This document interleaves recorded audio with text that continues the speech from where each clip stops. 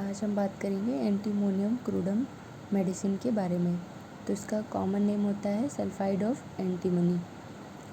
इसका chemical formula है SbS3। Constitution देखते हैं हम इसका। For children and young people incline to grow fat.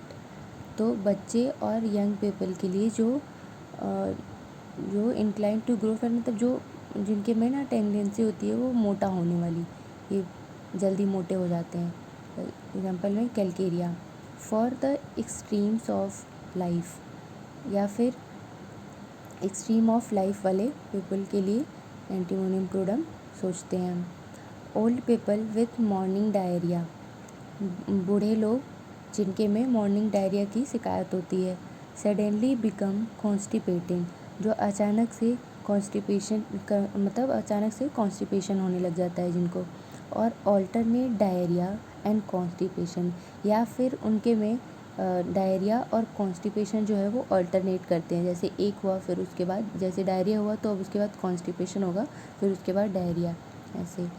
Pulse hard and rapid, जिनके में पल्स जो होती है वो हार्ड होती है और रैपिड होती है। मेंटल जर्नल्स देखते हैं हम इसका। चाइल्ड इज़ फ्रिटफुल, मतलब जो बच्चा होता है बहुत ज़्यादा डरा हुआ होता है। पीविश होता है, चिड़चिड़ा होता है। Can not bear to be touched or looked at, तो बच्चा जो होता है बिल्कुल भी बर्दाश्त नहीं कर सकता कि कोई भी उसे छुए या फिर कोई उसकी तरफ देखे। सल्की होता है, वो तो उदास रहता है। Does not wish to speak or be spoken to, तो बच्चा ना बिल्कुल भी नहीं चाहता कि उससे कोई भी बात करे, वो किसी से बात करे या फिर कोई उससे कुछ भी बोले। और एंटीमोनियम टार्ट, आयोडम, सिलीशिया, इन मेडिसिन में भी ऐसे ही होता है। Angry at every little attention, उसके तरफ कोई भी थोड़ा सा भी ध्यान दे तो उसको इस चीज़ से गुस्सा आता है। ग्रेट सैडनेस विथ वीपिंग, बहुत ही ज़्यादा उदास रहते हैं, उसके साथ रोने वाले लोग होते हैं। और इसमें लोदिंग लाइफ, मतलब उनके जीवन जो होता है उनके भी एक बोझ की तरह होता है, बहुत ही ज़्यादा उदास जीवन होता है इनका। एंसियस लाइक क्राइमोस मूड, बहुत ज़्यादा चिंतित रहते हैं और ऐसा बात बात पे रोने वाले मूड होता है उनका। द स्लाइटेस्ट थिंग अफेक्ट्स हर, मतलब कोई छोटी सी भी चीज़ हो वो उनको बहुत ही ज़्यादा अफेक्ट करती है। Like pulsatilla. ऑब्जेक्ट डिस्पेयर, मतलब हर चीज़ को लेके उदासीनता रहती है। सुसाइड बाय ड्राउनिंग, उनके में मतलब उनको ना सुसाइडल टेंडेंसी होती है, वो भी उनको डूब के मरने वाली। Irresistible desire to talk in rhymes और रिपीट वर्सेस, तो उनको इररेजिस्टिबल डिज़ायर मतलब बिल्कुल बहुत ही ज़्यादा मतलब वो रजिस्ट नहीं कर पाते उस डिज़ायर को कि वो राइम से बात करें, जैसे दोहे में या फिर ऐसे शायरी में बात करते हैं। Sentimental mood in the moon light, मतलब उनको बहुत ही ज़्यादा भाव विभोर वाला मतलब मूड हो जाता है उनका मून लाइट में। Specially ecstatic love, extreme of love में, जैसे बहुत ही ज़्यादा किसी को जब प्यार करते हैं उस वाली कंडीशन में। Bad effects of disappointment affection, तो डिसअपॉइंटमेंट लव में जो होता है कि जैसे उन्होंने किसी को प्यार किया वो उनको नहीं मिला या फिर उससे वो डिसअपॉइंट है, बहुत ज़्यादा निराश हैं उसमें, तो उसके जो बैड इफ़ेक्ट होते हैं उस कंडीशंस में हम एंटीमोनियम क्रूड को सोच सकते हैं। Like calcarea phos. Physical generals देखते हैं इसके। सेंसिटिव टू कोल्ड, बहुत ही ज़्यादा सेंसिटिव होते हैं कोल्ड को लेके। एग्रावेशन आफ्टर टेकिंग कोल्ड, तो उनको ज़रा सा भी कोई ठंडी चीज़ खा ली तो उनको दिक्कत हो जाती है।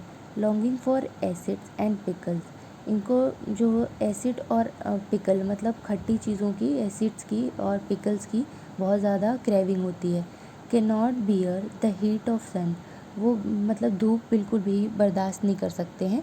Verse from over exertion in the sun, वो अगर कोई धूप में कुछ काम करें या फिर कोई बहुत ज़्यादा एग्जर्शन कर लिया तो उनकी दिक्कतें और भी ज़्यादा बढ़ जाती हैं। लाइक लैकेसिस और नेट्रम्यूर।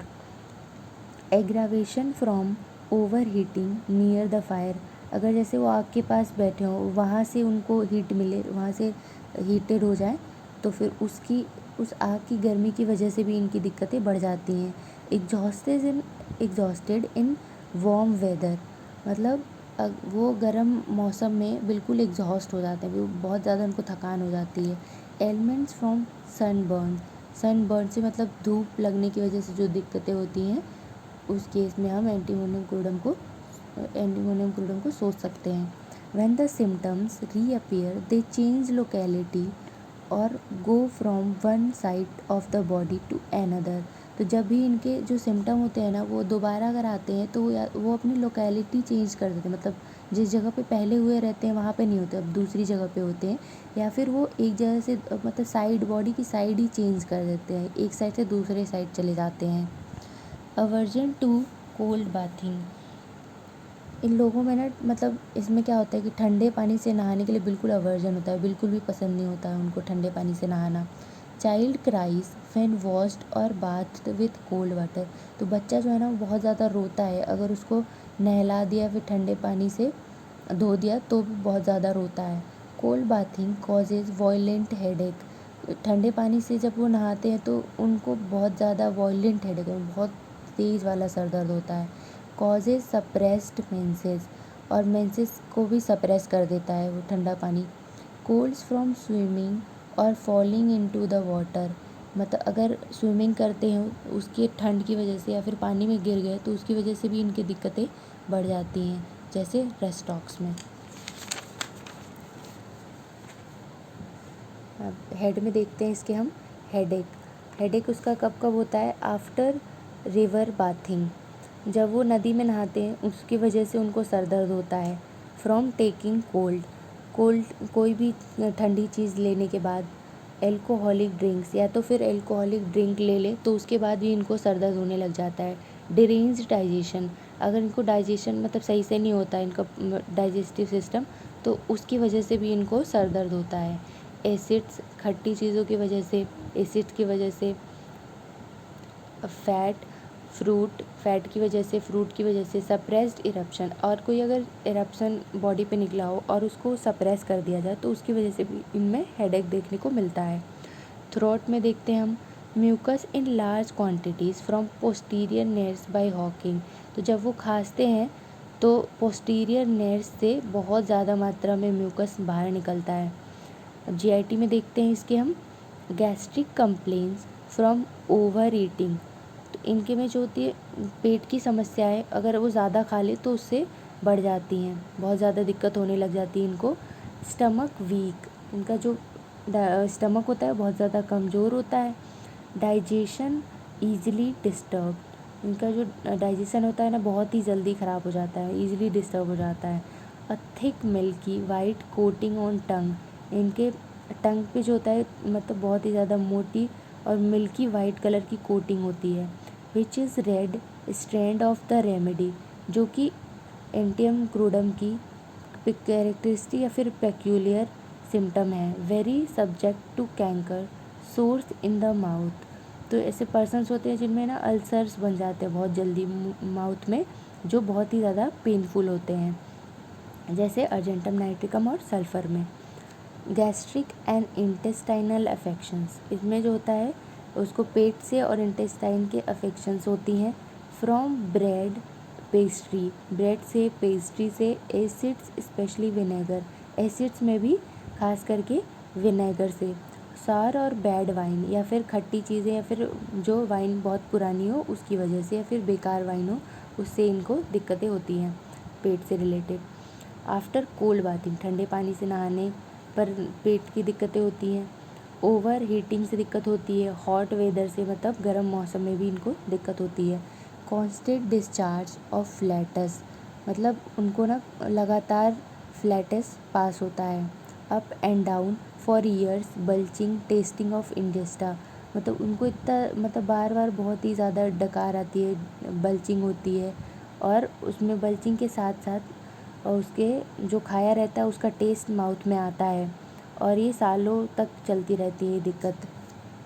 म्यूकस फ्रॉम एनस, जो एनस होता है उससे म्यूकस बाहर निकलता है। इकोरस, जिसमें ब्लड मिक्स होता है उस डिस्चार्ज में। ऊजीज, मतलब बाहर निकलता रहता है। स्टैनिंग येलो, मतलब येलो स्टैन करता है। म्यूकस पाइल्स, और पाइल्स के केस में म्यूकस निकलता है, म्यूकस का डिस्चार्ज होता है, उस केस में हम एंटियम क्रूडम के बारे में सोच सकते हैं। रेस्पिरेटरी सिस्टम देखते हैं हम इसका। Loss of voice from becoming over heated. तो इस ऐसे एंटियम क्रूडम में क्या होता है कि इसमें जो पेशेंट होते हैं उनमें ना ओवर हीट होने से उनकी आवाज़ चली जाती है। हुपिंग कफ होता है, उसमें जो होता है aggravation by being over heated in the sun और इन अ वार्म रूम। तो उनमें ना उनको एग्रावेशन होता है कैसे, ओवर हीट होने से, मतलब धूप में निकल गए, बहुत तेज़ धूप लग गई तो उससे उनको एग्रावेशन होता है, या फिर वार्म रूम में गर्म रूम में की दिक्कतें एग्रावेट करती हैं। फ्रॉम कोल्ड वॉशिंग, या फिर ठंडे पानी से वॉश करने से। एक्सट्रीमिटीज़ में देखते हैं इसके large horny corns on soles of feet.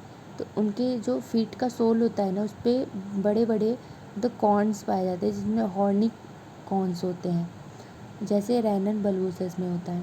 Very sensitive when walking, तो जो कि बहुत ही ज़्यादा सेंसिटिव होता है, जब चलते हैं तो उसको दिक्कत होती है। स्पेशली ऑन स्टोन पेवमेंट्स, और ख़ास करके स्टोन पेवमेंट में चलते हैं तो उसको और भी ज़्यादा दिक्कत होती है इससे। नॉस्ट्रिल्स लेबियल कमीसर सोर क्रैक्ड एंड क्रस्टी। तो उनके जो नॉस्ट्रिल्स होते हैं और जो लेबियल कमीसर्स होते हैं, जहाँ पे दोनों होठ जो मिलते हैं वहाँ पे वो पेनफुल होते हैं, क्रैक्ड होते हैं, या फिर मतलब कॉर्नर्स ऑफ माउथ बोल सकते हैं। तो जो पेनफुल होते हैं, क्रैक्ड होते हैं और क्रस्टी होते हैं। स्किन देखते हैं हम इसकी। तो इसमें जो है स्किन में होता है कि disposition to abnormal growth of the skin. तो इसमें एबनॉर्मल ग्रोथ, स्किन की एबनॉर्मल ग्रोथ का डिस्पोजिशन पाया जाता है, मतलब इनकी टेंडेंसी होती है कि स्किन पे ग्रोथ हो जाएगी, वॉट जैसे warts. Finger nails do not grow rapidly. इसमें क्या होता है कि नाखून जो है ना इनके जल्दी जल्दी नहीं बढ़ते हैं। Crushed nails grow in splits like what's with horny spot. तो नेल्स जो होते हैं बहुत ही ज़्यादा मतलब ऐसे टूटते हैं, स्प्लिट कर जाते हैं, जैसे वॉट्स के और हॉर्नी स्पॉट के साथ में। मोडेलिटीज़ देखते हैं अब हम इसकी। एग्रावेशन आफ्टर ईटिंग, एग्रावेशन होता है खाने के बाद। कोल्ड बाथ के बाद में एसिड और सावर वाइन, तो एसिड या फिर खट्टा वाइन के बाद में इनको दिक्कत बढ़ती है। आफ्टर हीट ऑफ सन और फायर, तो या तो सन की गर्मी की वजह से या फिर फायर की हीट की वजह से भी इनको दिक्कत होती है। एक्सट्रीम्स ऑफ कोल्ड और हीट, मतलब बहुत ज़्यादा ठंड लग गई हो फिर बहुत ज़्यादा हीट हो, उसकी वजह से इनकी दिक्कतें एग्रावेट करती हैं। आगे देखते हैं हम। Emulation in open air during rest after warm bath, तो इनको आराम मिलता है खुली हवा में आराम करने से और वार्म बाथ लेने से, इनकी कंप्लेंट्स में एम्यूलेशन मिलता है। रिलेशन देखते हैं। कॉम्प्लीमेंट्री टू स्क्विला, ये कॉम्प्लीमेंट्री होता है, एंटियम क्रूडम जो होती है स्क्विला के कॉम्प्लीमेंट्री होती है। Similar to bryonia ipeca lycopodium puls in gastric complaints. Follows well, किसको फॉलो करती है अच्छे से, after antimonium crudum puls merc sulph. Thank you.